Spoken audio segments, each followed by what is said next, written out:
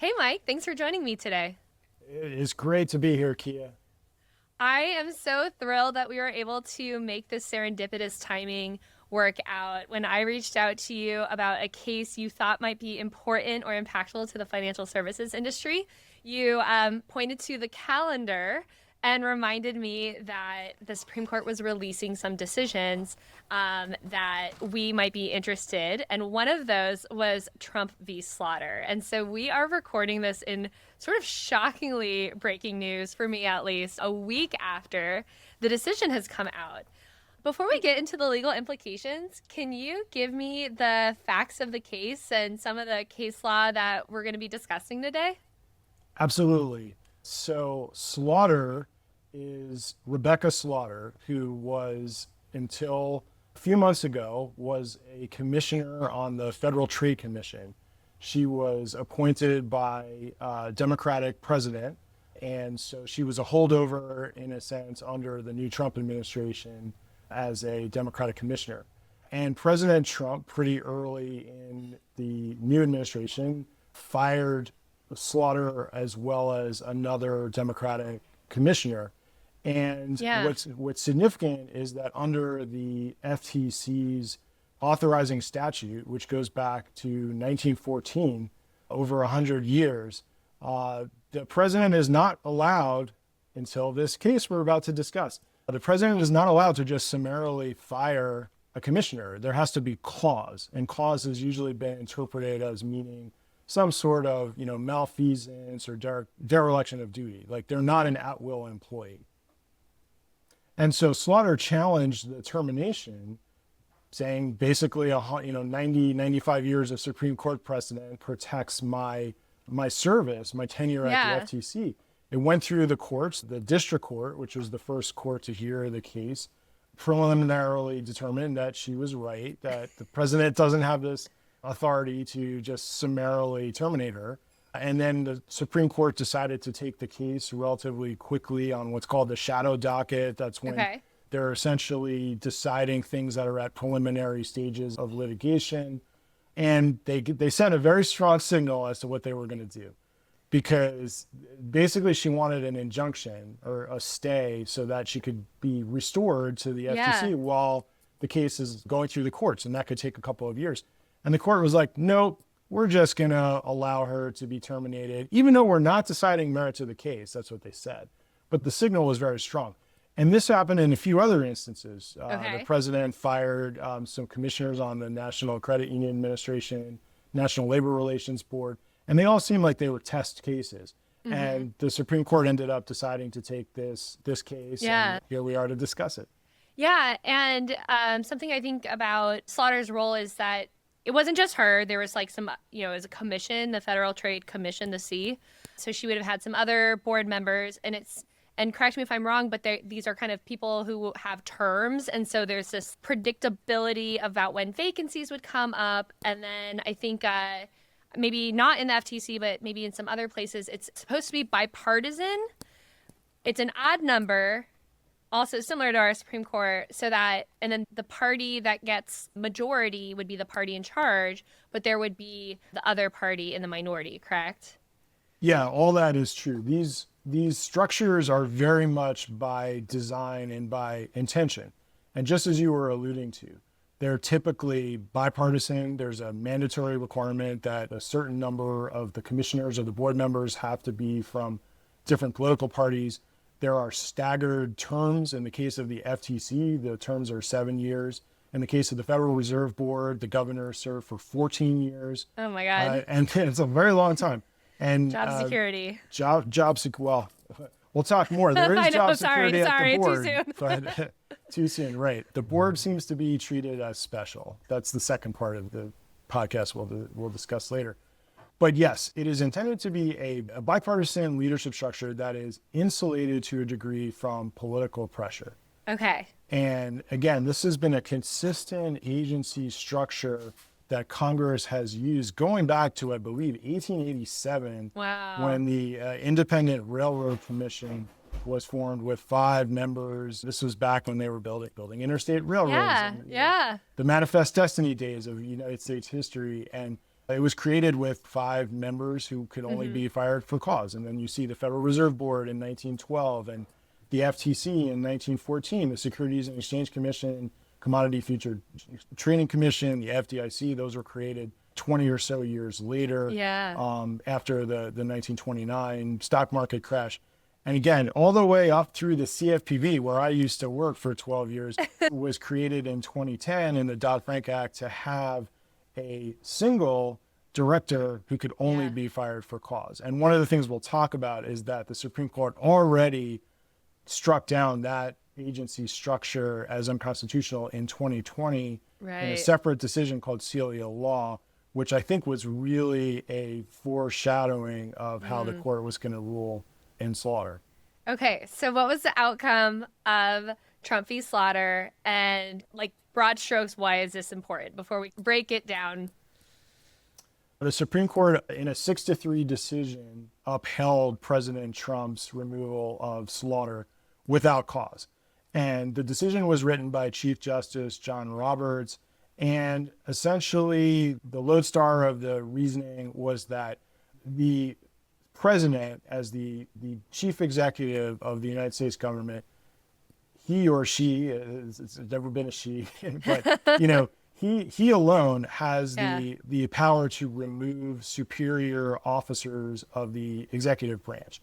And this is part of a doctrine of law that has been espoused by particularly conservative legal scholars and commentators over the last 20 to 30 years called the unitary executive theory. And it's the idea that this notion of a quote unquote fourth branch of government, an administrative branch, is really not constitutional because, as we all know, in basic like schoolhouse rock, the way that our government is set up, you have the legislature, Congress under Article 1, Article 2 is the president and the executive branch, and Article 3 is the judiciary.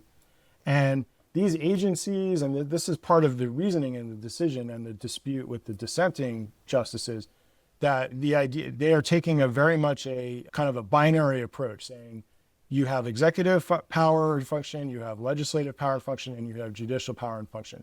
This idea of a hybrid language that was used in a very old Supreme Court decision called Humphrey's Executor from 1935, which the court in this new decision formally overruled Humphrey's Executor.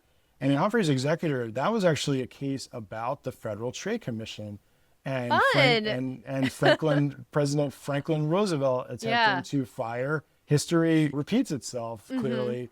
President Roosevelt tried to fire a commissioner named Humphrey, who he had some policy disputes with. And the court unanimously in 1935 said you can't do that because the statute only allows the FTC commissioners to be fired for cause. But part of their reasoning was that they said they believed that the FTC as an agency was exercising what they called quasi-judicial and quasi-legislative functions. And that they weren't just undertaking executive function. So really a lot of the decision by Chief Justice Roberts in the current case was like picking apart this idea that you can never really have an agency that's performing different types of functions that are quasi this or quasi that.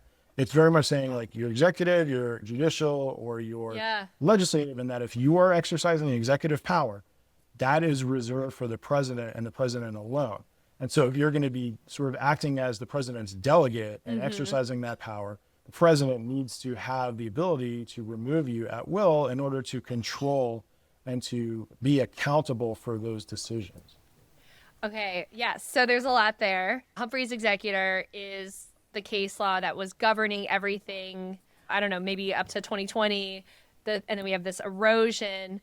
And then finally we have it overturned. Can you talk a little bit about how big of a deal it is or how normal or unusual it is that the Supreme Court would overturn its own decisions? That I think at least in Humphrey's Executor, it seems pretty clear that the Supreme Court said one thing, and now it seems pretty clear that the Supreme Court is saying the exact opposite of that former decision.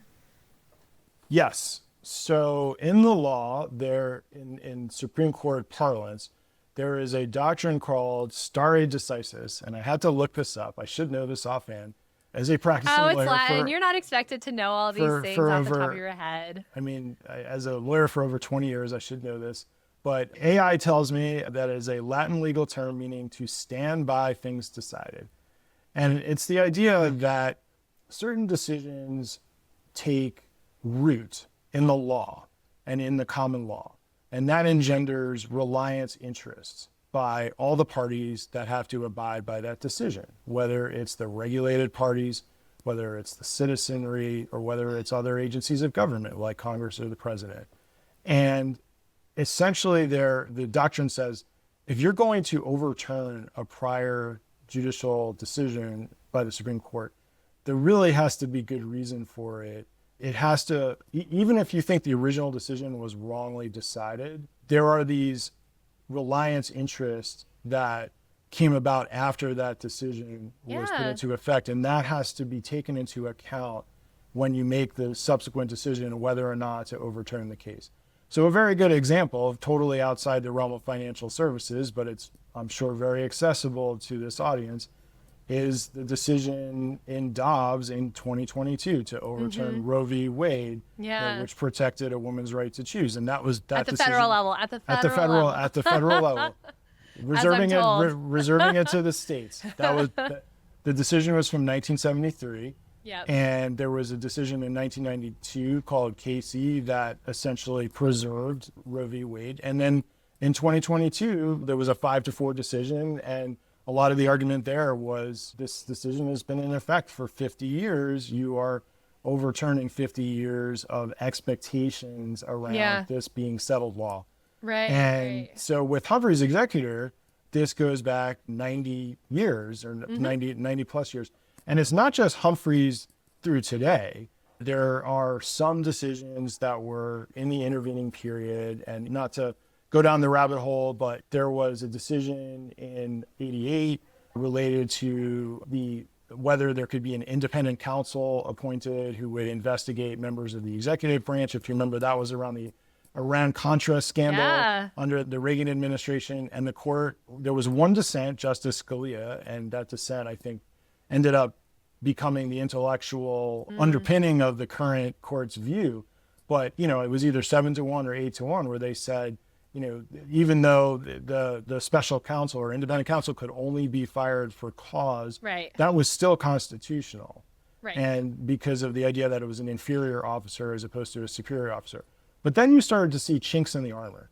So in 2010, there was a decision relating to the Public Accounting Oversight Board. PCAOB, PCAOB. I know we're on bank nerd corners. So, you know, this is like, you know, right in the zone of fun, right? So the issue there was the PCAOB had been set up as what the court called a double insulated structure, where they were under the Securities and Exchange Commission. The SEC commissioners could only be fired for cause by the president, but then the PCAOB members could only be fired for cause by the SEC commissioners. So that meant that the president had no ability whatsoever to get to the PCAOB. And so the court in that case said, we think this is beyond the line, you know, in terms of not allowing for accountability of the executive. But then you get to Celia law. And I think this also goes to your question about how things are going to change. And so Celia law concerned the CFPB. And that was the Supreme Court 5-4 finding that the single director structure was unconstitutional. I look back at the decision. I remember reading it very closely when I was at the agency. And there were some Easter eggs there that were presaging, I think, where the court was going to go. And John Roberts, the Chief Justice, has this reputation of being very crafty and playing the long game, so to speak. And that's, I think, exactly what happened, because there's a footnote where, and we'll get to this with the Federal Reserve case in a few minutes, but there's a footnote where he makes a reference to the historical tradition of the first and second banks. Like sort of it seems like an offhand reference. Comparing and contrasting, the CFPB didn't have that historical tradition because it was so new and so novel, whereas the Fed did.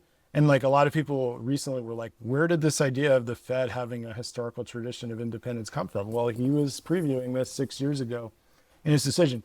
But the point was that the court kind of went through all of the cases I just discussed, as well as another one called Myers that was from 1926. And I think they said, we're not touching Humphrey's executor, but you can kind of tell that they were taking some shots at it. And, Right. and even some of the Right. dissenting judges in that case said, we would have formally overruled Humphreys. And so essentially the debate is whether it gets legal nerd corner territory. It's whether this Myers case in 1926, which allowed the president to fire the postmaster general in Oregon, Sure. where the law was set up that the Senate actually had to approve of the removal in addition to the appointment, which was very unusual. The Chief Justice in 1926 was William Howard Taft, the former president. And this was the only time in history where you had someone serving in both roles. Right. And he actually wrote this opinion that was very much like almost like proto-unitary executive, which makes sense because he was a former president. Yeah, that man is not a neutral party. Exactly. So Yeah. the debate really right now, and that started with the PCAOB case, and then with Celia Law and through Slaughter, is Myers right? Is Myers sort of the controlling rule, and Humphrey's executor was like an anomaly?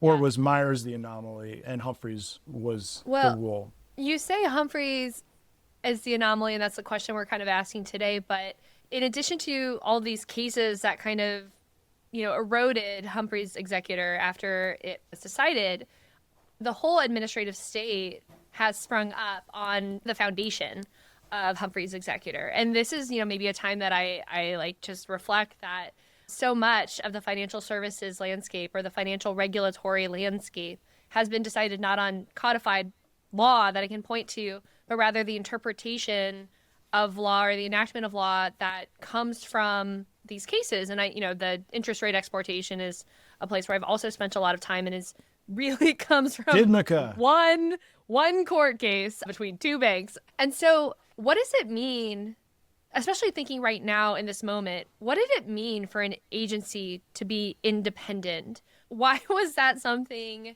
that in Humphrey's executor we decided was important to embody? And can you think of any examples of like where agencies' independence was important, even if we knew that the courts or the president or Congress didn't want that? And then do we have any examples of what agencies that aren't independent kind of look like? Those are some great questions. So let me try to unpack it. Yeah. The rationale for independent agencies and sort of what it brings from a policy and political and a kind of a citizenship perspective is that, and actually this was given voice in decision about the CFPB from 2016 by Brett Kavanaugh before he was on the Supreme Court. Okay. When he was serving on the DC Circuit Court of Appeals, there was a case at the CFPB when I was there related to mortgage, reinsurance, and whether kickbacks were being paid. And he wrote this opinion, and it was the first time that the agency was found to be unconstitutional because of the single director. Again, that's the argument that later took root in the Celia Law case. But he spent, and I look back at this, he spent a lot of time in that decision talking about the contrast between a bipartisan commission and a single director, and the idea that bipartisan commissions there's an accountability that comes about from having each other in the room to make those decisions. There's a modulating force by having those different perspectives expressed in a formalized way. It also, and he pointed this out, it creates a dissent channel, a formal dissent channel where a policy decision is made, you pass a rule or you launch an enforcement action, but there's a commissioner who writes a dissent that says, I disagree with this for the following reasons. Yeah. And that creates a public record, and frankly, it creates a roadmap for future iterations of the agency to then, just like a judicial dissent, as I said earlier, Justice Scalia's dissent in Morrison in 1988 became, I think, the intellectual barometer against which they measured the recent decisions. Right. That happens with agencies. Rohit Chopra, former CFPB director, who is very recently was installed to be the consumer protection leader in California. Right. He made his name in a lot of ways by writing very vociferous, powerful dissenting opinions when he was an FTC commissioner between 2018 and 2020. I could give you a very specific example. If you remember, Kiah, there was a controversial decision the CFPB made in 2022 or 23 when they announced through a supervisory bulletin update or a supervisory manual update that they were now taking the position that it was an unfair practice under UDAP to engage in discrimination. And they got challenged by the Chamber of Commerce. It ended up getting litigated and it got struck down. This position, the idea that it's unfair to engage in discrimination, he wrote a dissent in 2019 or 2020 in a case involving an auto finance company or an auto dealer, where the majority of the FTC, I think, had imposed a fine that he didn't think was large enough, and so took that position in the dissent. And then, of course, that became the policy of the other agency when he was in charge of the other agencies. So, so it creates that negative. And then the last thing I would say, and this is really where I think the most important piece from my perspective as, a former civil servant and someone who some would say, a member of the deep state, the career staff at the agency, is that when you have a bipartisan structure, and it filters down in sense of the career staff, or they just orient differently to what their duty and responsibility is. Rather than working for an executive agency where it's just understood from the jump that this is a 4-year, you're serving at the pleasure of the president and the cabinet official who is in the president's cabinet. At the independent agencies, it's like you build the structure, and then the bipartisan commission or board is above that structure, and there's always going to be fluctuation across any change in administration. And I don't want to create this impression that there was this halcyon day, where policies were always not shifting at all. I think the difference is that you now see such a wild fluctuation, the pendulum swinging so dramatically from administration to administration. And I think to one like sub part of your question was, have we seen examples of going from independent to dependent? Well, I think the CFPB itself has been a real live experiment of that premise. Ever since 2020, when Celia Law was decided, the CFPB director was then fireable at will. And I think, I've written very publicly about this in the Open Banker and other places. Like I felt like, under the Biden administration, things changed because the incentive structures changed. You saw a lot more aggressive use of different tools at the agency to promote policy changes, using quote unquote guidance, not going through the rulemaking process. A very aggressive enforcement, Chopra giving speeches, writing blog posts, tweets that were essentially trying to move policy in ways that you really hadn't seen under a for-cause type of situation. You hadn't seen that under Rich Cordray. You didn't see that as much, I think, under Kathy Kranger. And obviously now under the current CFPB administration, you see the dramatic counterreaction, trying to fire 90% of the staff, trying to defund the agency. And I think the point is that there used to be, and I have like a little bit of lived experience in this respect, because when I was a law student in the early 2000s, I worked at the Federal Trade Commission for one summer as a law clerk. And so I was there under the George W. Bush administration. I think my research assignment was looking at these weight loss supplements called ephedra. And like that was a big scandal at the time because a baseball player had died after taking it as a supplement. And they had not, at that time, they dialed back some of the enforcement and some of the rulemaking, but they still were pursuing these types of fraud cases or very obvious deception cases in the case of this weight loss drug. And so that speaks to the idea that in the past, when you have these bipartisan board kind of ethos, you see fluctuations, but there's a narrowness to the fluctuation. It's more about like what I would call traditional debates around policy and around the role of regulation and deregulation. The idea, like some of the stuff you and Alex and Jason all talk about in your podcast, it's like, should consumers be treated just as having agency and just focusing on disclosures, or do you want to do things that are more aggressive and paternalistic because behavioral economics tells you that consumers can't always protect themselves. So you need to Right. intervene more aggressively.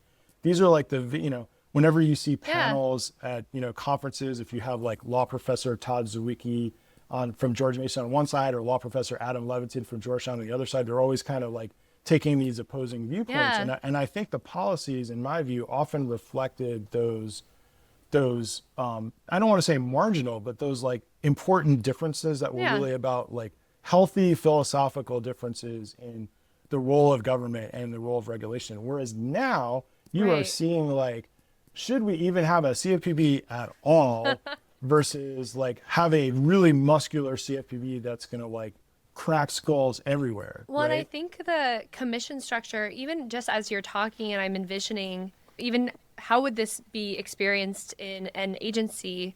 The commission structure, you're still, I don't want to say you kind of have to work together because, if you have the full five, you can maybe steamroll everything.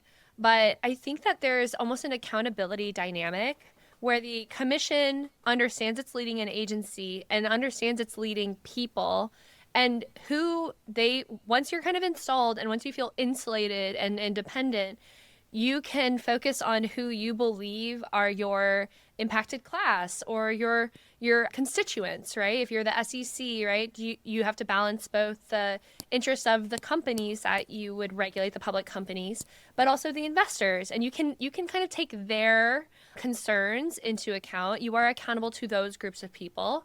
And then you understand that you execute these policies among your staff.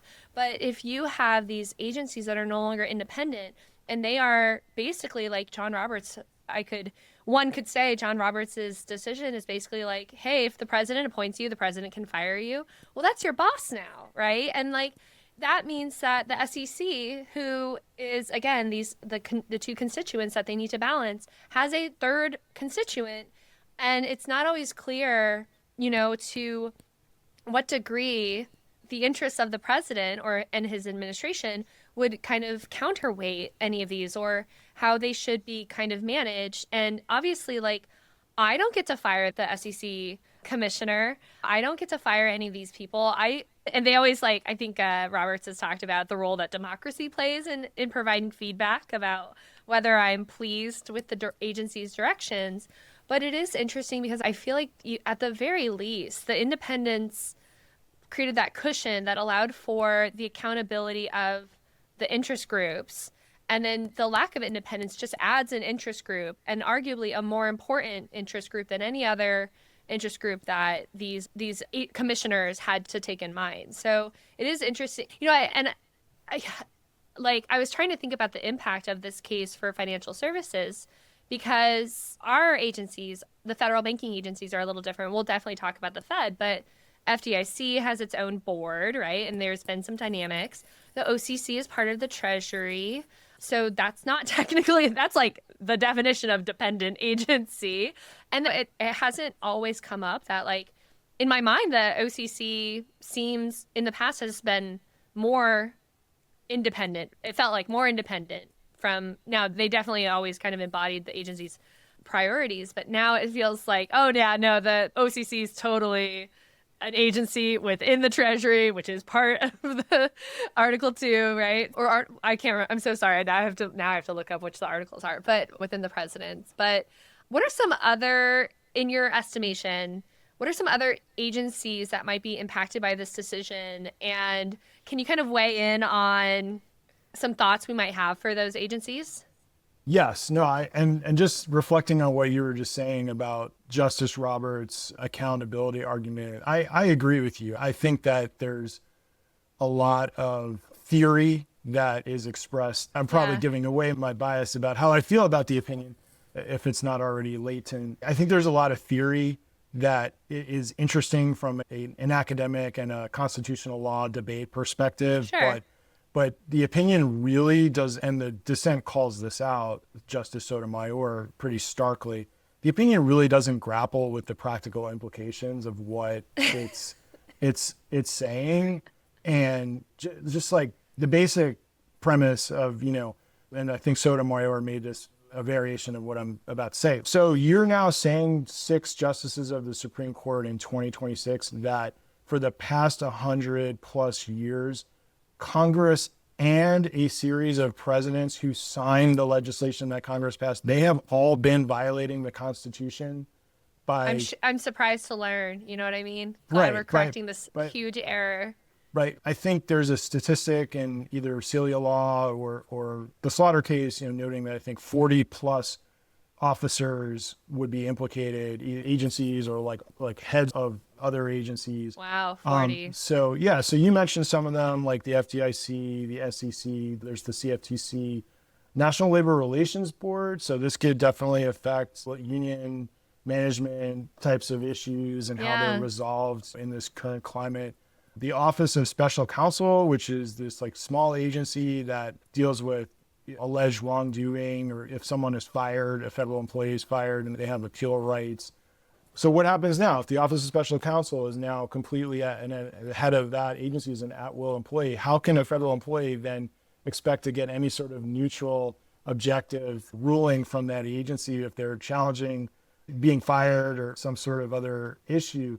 And again, Justice Sotomayor pointed this out, and I don't want to be alarmist, but I'm not really sure where the limiting principle is for this opinion, because as she noted, like this calls into question basic things like civil service protections for government employees, which have been on the books for decades and are trying to stop corruption and stop patronage appointments. This is something that goes back to Boss Tweed in the 1880s in New York City. And again, the logic of this opinion is like, as the president has full authority to control anything and everything about the executive branch. What about an inspector general? If Congress has an inspector general, which all the agencies have, including the Fed, the DOJ, and their purpose is to ferret out misconduct, malfeasance, corruption, like can the president just fire the inspector general if he or she doesn't like, it seems to pave the way for that. So, but like more to the point about, what does this mean for financial regulatory agencies? And I think just building on some of what we were talking about earlier, and also my experience at the CFPB living through the independent to dependent transition, I think you're going to see changes that are big and are also very subtle. Okay. So a couple of examples. I mean, you're seeing these press releases, even one I think today from the CFPB, where they call out what they term the thuggery of the prior administration. Sure. They've used that term many times. I think the FTC has put out some press releases where they're sort of attacking in this ad hominem way decisions or policies of prior administration. You don't see that where there's a bipartisan commission, right? Voting on these press releases before they get released. there's like an institutional prerogative to like maintain at least a patina of harmony. Sure. And so you see that. But on the other hand, again, I want to be try to be even-handed here. You have like in 2024, when the CFPB released a proposal for saying that for credit reporting that you couldn't report medical debt, Kamala Harris, the vice president, future presidential candidate, was the one who announced that policy proposal. Yeah. Like you didn't see that under the Obama administration at the CFPB. There was a wall that was essentially created. And I think largely that kept up under the first Trump administration. And then ultimately, I think you were hinting at this too earlier, which I thought was a really good point, which is that you're losing the motivation or the incentive to really engage with stakeholders from all sides. Yeah. Because it just becomes more of an echo chamber. Right. If you're going to have a no longer bipartisan commission and you're going to just stack it with ideologically aligned commissioners or board members, if it's under a deregulatory administration, there are going to be people with heavy industry experience, and then they're not going to want to talk to consumer advocates or legal aid groups. And then the opposite is going to be true. You're going to have under a heavy regulatory environment, they're not going to want to talk to industry.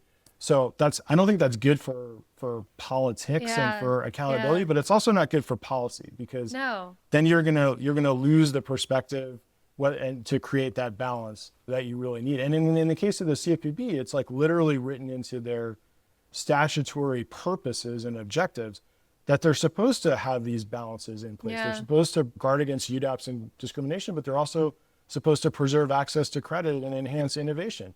Well, Right. we've seen Right. different directors prioritize those things differently. And if you're only going to focus on one side of the ledger or the other, you're going to have a myopia about how you approach the policy, and you're not going to appreciate the unintended consequences of your enforcement and your Right. policy making. Well, and the other thing too is, and I think this kind of relates to the other really important case we need to talk about, is that at least with the financial services, and I imagine in every agency, good faith, and trust are actually really important for participation and compliance, right? Like, I'll follow this rule because even if I don't like it, because another stakeholder's interest was deemed to be more important than my own. And we live in a world where like the interests of the electorate and voters need to be sometimes in contrast to the interests of business. And we see this with like, I know, these AI data centers that are coming up in all these communities. If you kind of remove that, like, why I would participate in this and why I should acquiesce when I don't like the role. Like when I'm a soccer referee, like sometimes a team will complain about a foul to me, and I'll say like, okay, I won't call it when it happens to you then. If that's a foul for me for this team, and then it would be a foul for you for this team. But if you don't want it, just let me know. And you do need to some people like sometimes to like people to have that buy-in that sometimes it's going to go against you, but sometimes it'll go for you. And I really do think that like the potential politicization of every regulatory agency, even if I like or I don't like the rules, what that tells me is they're like, I just shouldn't trust the agency. And as like a journalist, like I feel I am having more or less trust in certain agencies today, or more or less skepticism about the motivations of agencies today. And I think as a journalist, yes, I can embody that, and that's not bad for society that I do that. But like, I think it would be bad for society if everyone had the approach that I had. I think for the most part, it's good if we have trust in financial services and believe they're acting in everyone's interest. And to that point, should we talk about the Fed, who also famously has a Yes. board of governors who vote on some stuff that is pretty important to the financial services economy? Like, yeah. So tell me about Trump v. Slaughter versus Trump v. Cook. Yeah, the court basically came out exactly the opposite way. And Okay. again, this was not a surprise, because just like I was talking earlier about the quote unquote shadow docket, where the Supreme Court would make these very quick decisions with 3 or 4 pages of reasoning or less, versus these very lengthy opinions where they detail all of the support and the rationales.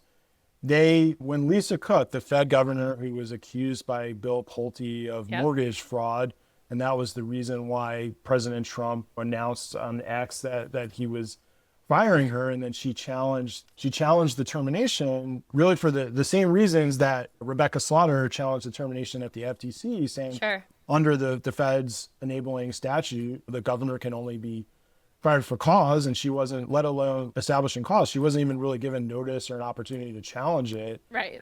In the shadow docket, where there was preliminary litigation over whether Lisa Cook could still serve on the Fed pending the Supreme Court taking the case and the several months that would entail the briefing and then the decision, Right. or whether she would have to, like Slaughter, whether she would have to be on the sidelines until that was resolved, the court came out and said she can stay in her job. And I believe that She can stay on the board and keep voting. exactly. And I think they issued that shadow docket decision like a day or two before there was an Right. open markets Yeah. committee meeting to vote on interest rates. And it was very clear, I think, to like all observers that, and again, I'm giving away my view of like the case, that, and I believe you share this view, but based on our prep, but feel free to opine, that this was essentially a yes, but like we agree with the idea that the Fed governor should be treated like Rebecca Slaughter and the other agencies. However, it's the Fed and they're special. And like, if you can allow the president to just fire a Fed governor at will for any reason or no reason, well, then the president effectively can have control over monetary policy. And that would be very unsettling to the stock market. And therefore, and then all of a sudden this historical tradition argument started to appear. And like I said, I think Roberts previewed that 6 years ago. This idea that the first and second national banks of the United States, going back to like the 1780s and then the 1820s or 1830s, that there was this 200-year tradition of central bank independence. And I don't disagree with that at all. I think the question is, what is the actual distinguishing principle from that versus the historical tradition, again, going back to the 1880s, of Congress establishing other independent agencies who have very important roles to play in our society and in our economy and in our policy? Is it really such a difference in historical tradition that would justify a completely different result when really they were approached with the very same fact pattern? And the statutory language in question was really very similar. And then if you parse it further, as I know Alex Johnson talked about on, I think his most recent podcast or one of his recent podcasts with Jason Mikula, like the idea that the Fed is this like weird hybrid functional agency. Not a purely independent arbiter of monetary policy. They're like, I'm writing about the master accounts right now, and the amount of like who gets to weigh in on these accounts, and the public-private nature of the Fed is like, it's inescapable from this story. Like I'm trying to like keep it nice and clean, and without it, all these themes coming in and confusing everyone, and it is impossible with the Fed. They have some functions that are very similar to the FTC and the CFPB and the other bank regulators. They have some legacy consumer protection, supervisory, enforcement, rulemaking functions that didn't carry over to the CFPB and Dodd-Frank. As you said, they run payments networks. They have the discount window. They're doing, and of course, they're setting monetary policy for the country, and that influences internationally as well. So, again, going back to those funny terms from Humphrey's Executor that were called out in the most recent opinions, it's like, is this quasi-executive? Is this quasi-legislative? Is it quasi-judicial? Is it something else entirely? And Justice Amy Coney Barrett, I thought, in a very thoughtful note in her dissent in the Cook case, was questioning this, saying, well, it doesn't seem logically consistent to have, on the one hand, like a categorical rule that was espoused in the Slaughter opinion to say that there is this historical tradition going back to the founding of presidents having this almost limitless removal power with like very small exceptions. But on the other hand, there's also a historical tradition saying no matter what the Fed does, even if it executes functions exceedingly similar to these other agencies, that there's also an equally meritorious historical tradition argument to say that that should be exempt. And it's like, well, does that mean that the regulatory functions of the Fed are grandfathered in, even if like you could say that they're not directly addressing monetary policy? It just sort of begs a lot of these questions about kind of the internal intellectual consistency of these approaches. Well, and the other thing too, and I think financial services and regulatory policy and monetary policy are important because that's what I do for my job. But other people might think environmental policy or labor policy are important. And it's interesting I think about how financial services is like held up in this country. You know, I have this movie podcast where like obviously someone's going to work in financial services or there's going to be banking, but in a lot of ways banking is associated with high class and high status and high social capital and privilege. And to see that embodied in the Supreme Court, right? To even see the pretzeling and the twisting to make this carve out, while then also kind of thinking like, why is this way more important than any other thing? And is it because 100 years ago we decided it was more important? And I'm just reading like an article about 250 years of banking in America, right?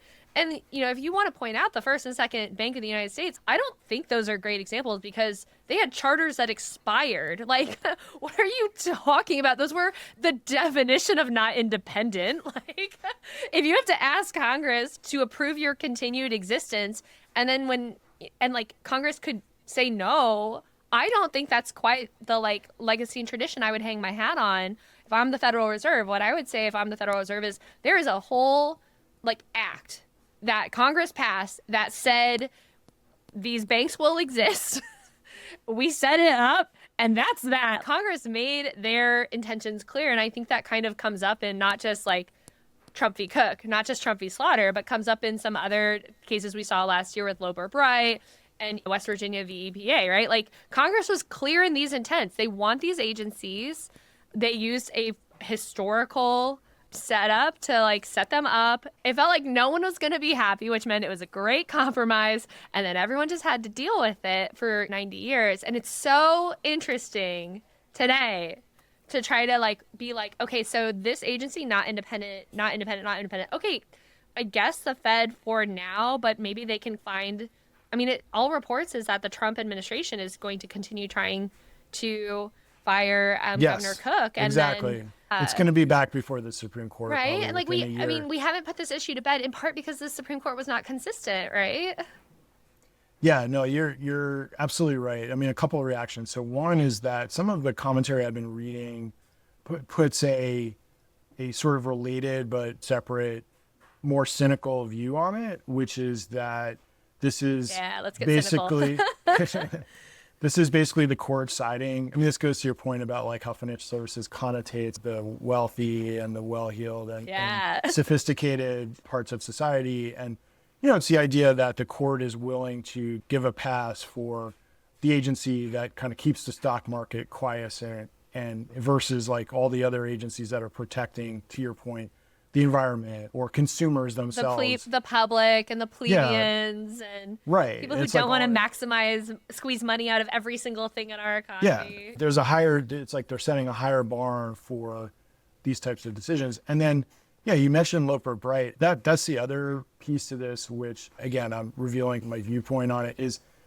it's not just that there's an intellectual dissonance in between the Cook decision and the Slaughter decision. It's that there's almost like a schizophrenia to the whole doctrine that has emerged in the last 4 years in administrative law with all of these important decisions. So you mentioned Loper Bright. Loper Bright was the case 2 years ago where the Supreme Court said they overturned a decision called Chevron from 1984 where they said federal agencies, if you have a law that you're implementing from Congress, if the law is ambiguous, it's not clear on its face what it means. In the past, Chevron said you have a level of deference as the experts to interpret that law.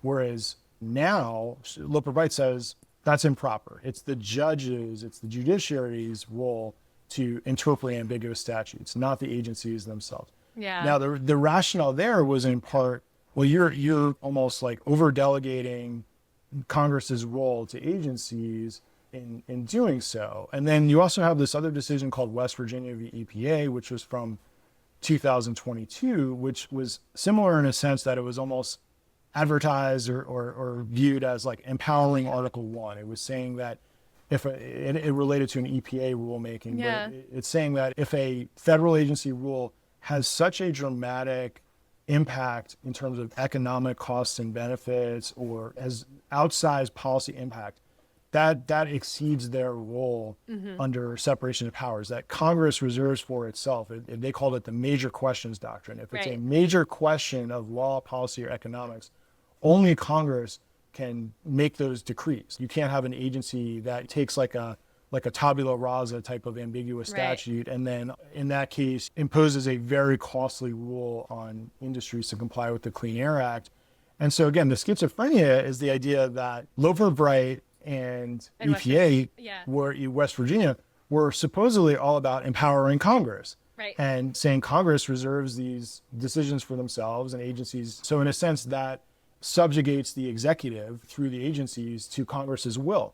But then you have the Slaughter decision, which is the opposite, which is saying like, even if Congress in its wisdom wants to set up agencies a certain way and give them certain authorities, they can't do that because it subverts the will of the executive. So in the end, unfortunately, I always try to be optimistic. I mean, silver lining, my name is Silver. Like it's hard here because you're left with this situation where one of the things you said earlier, you used the word trust and talking about good faith and good faith participation in these processes. Good faith participation. It's like if you're a company, how can you expect any predictability or durability of policy right now?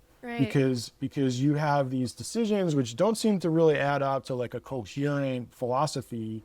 And on the one hand, you have these agencies which now may be stacked with partisan boards.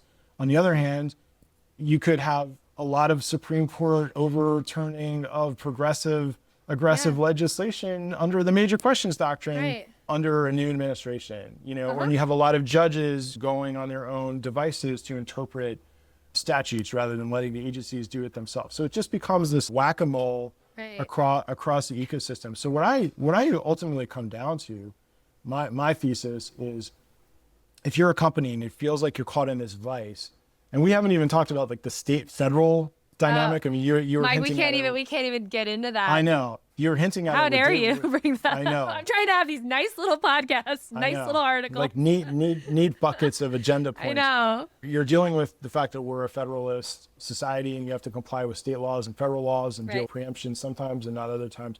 Yep. So you have the state federal dynamic. You have now this like agency versus agency, Fed versus other agencies dynamic. And then you're going to have this, possibly like pre-2029, post-2029, if there's a change in federal administration, a whiplash to a much more aggressive regulatory policy, implemented by agencies that are now going to have wholly partisan boards. But then you might have, courts in the Fifth Circuit or the Supreme Court then trying to be a bulwark and stopping all that.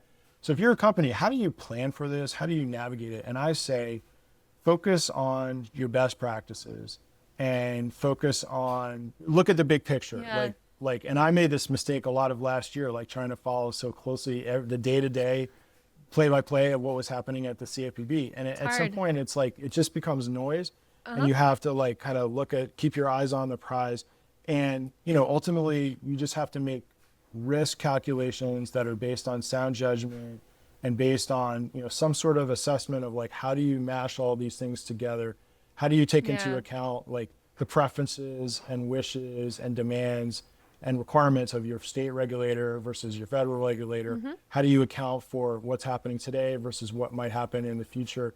You're not going to be able to predict and solve all those things. And the Supreme Court cases are really just fuel on the fire. It's an accelerant to make what's already a complicated set of risk assessments even more complicated. So ultimately, distilling it down, I think you just have to use your judgment and look at best practices, look at self-regulatory body guidelines, things like NIST when you're talking about privacy and AI. And in a sense, those will set a floor for your compliance that is likely higher than a deregulatory federal administration expects. It may not be as high as, as like the New York Department of Financial Services will expect with certain things. And then eventually that space between, you'll have to figure out, maybe based on some of those other factors like who's in office and what is your exposure with particular products and services and things like that. But ultimately, if you're trying to make like a very systematic risk assessment based on all these changes in the law and in the policy and in politics, like it's almost an impossibility. Like to quote, was it Uma Thurman in Pulp Fiction? It's like an exercise in futility. Yeah. And I think you really should focus on, to me, like the quintessential example of this is fair lending, right? Where right now, federal government very anti-DEI, disparate impact is now considered to be a improper legal doctrine. You're seeing the focus on debanking. I know that's been a subject of the podcast. Yeah. But at the state level, you have, the states are like, we very aggressively still believe in DI, and, we're going to hold you accountable for not having your testing being done. And then you have the CFPB trying to change the regulation, but it's already been challenged in court. And there's a good chance that might, no longer prevail. So at the end of the day, at least the people I talk with, by and large, not unanimously, but by and large, the reaction is, we're just going to keep doing what we're doing. Yeah. We're not going to retire our fair lending testing programs. We're going to be sensitive, to the idea that there may be more scrutiny at the federal level, but we're not going to abandon it because there's too much risk in doing that. Right. I think that's just a really important place to end on, which is, this whole podcast, and the point of these conversations is to really understand the law and the cases that have shaped our financial services. And, I kind of always come back to, I just had no idea it was on a couple of, the whole of the banking system, or the whole of the financial services economy, or the whole of interest rate exportation was kind of built on several cases and how those were decided. And you can kind of track from there what the consequences are. But really the takeaway hopefully isn't, I can feel stress, I guess. I can feel cynical. But if you're an operator in the industry, the most important thing is kind of do what feels most legally defensible. I wouldn't get overwhelmed. Being overwhelmed and feeling paralyzed, not going to be useful. I sometimes joke, like, do crimes, because, like, that's kind of where I think we're going. But that's also probably not really useful advice either. Kind of just keep doing what feels ethically consistent with your company, legally defensible, what you've been doing, what was working in the past. And yeah, and then to understand, these cases are shaping our financial services landscape, or they're shaping our regulatory landscape or enforcement landscape. And, we will see consequences of them in the future. But, really, like, there's kind of not much to be done right now other than to keep doing what you're doing. So, Mike, do you have any thoughts or closing comments? Yes, I have one that's like personal and one that's just kind of reacting to one thing you just said in your takeaway. Yeah. So in addition to like the perspective that you're sharing on policy, and there's like a historical perspective that's just so fascinating here. My grandmother was an immigrant from, Jewish immigrant from Poland, and worked in a pencil making factory on the Lower East Side of New York in Pencils? the 19- Oh my God. Yeah. It was called the Eagle Pencil Factory in the early 1920s with my three great aunts. And the cases that were happening in that era of the Supreme Court were all about the labor laws. Yep. And like the challenges to the Should working children conditions. be able to work? Exactly. And if so, how many hours should a child work? Yeah. And the Humphrey's Executor case, in some ways, like historically speaking, was actually like the last of a bunch of cases where the Supreme Court was very conservative in the sense of upholding against challenges by the companies. The companies were saying, like, it's the law of contract. If they agreed to work for us, we don't care. And then ultimately the tide turned with FDR, with the New Deal. And so it's so ironic in one way. And this is where like the law and history don't always match. So it also shows where we're not sure where this is going to go. Right. It's very ironic that Humphrey's Executor then became this clarion call for like agency independence and preserving consumer protection, when the actual decision itself was kind of at the end of this line of like very damaging cases against consumer protection, right? So like, again, we don't know where these things would go. And then, the last point is that, I guess on more of like an optimistic note, is that, you were also talking about other agencies and other implications. One of them that we haven't really talked about, it's outside the scope of this, but I want to just make this last point, is the Federal Communications Commission, the FCC. And of course, we've all been following the drama the last few months with Jimmy Kimmel and what he said about President Trump, and the FCC chairman threatening Disney and ABC, Jimmy Kimmel going on hiatus, et cetera. Well, I was curious to see, does the FCC still have a Democratic commissioner? They do. Oh my God! Don't tell the administration. Exactly. You heard it here first. I don't want to be. Apparently, there's a Democratic commissioner named Ana Gomez who is still, and there's an article I found where the first line of the article was, I wake up every day and I check my phone to see if the president has fired me. Still has email but access, apparently, but on the optimistic note is that when all this stuff a few months ago was going down with Disney and Jimmy Kimmel, she wasn't silent. She wrote a letter to Disney saying, you guys are being treated in an improper way. And there's some suggestion that her pushback or the permission structure that she gave Disney then allowed them to push back. Yeah. And Jimmy Kimmel is still on the air and he's still criticizing. So I think that's both a defense of like bipartisanship and the commission structure, but also shows that like maybe there's not a net negative for all of this, and kind of who knows where that will lead. So you're obviously your decision if you want to keep this as like the coda of the discussion. But I just wanted to put that out there. No, I think this is great. And thanks for pointing out that the FCC also hasn't been fired yet. But we'll see how long that takes. But Mike, thanks so much for joining me today. I appreciate it. Thanks for having me. This was really fun.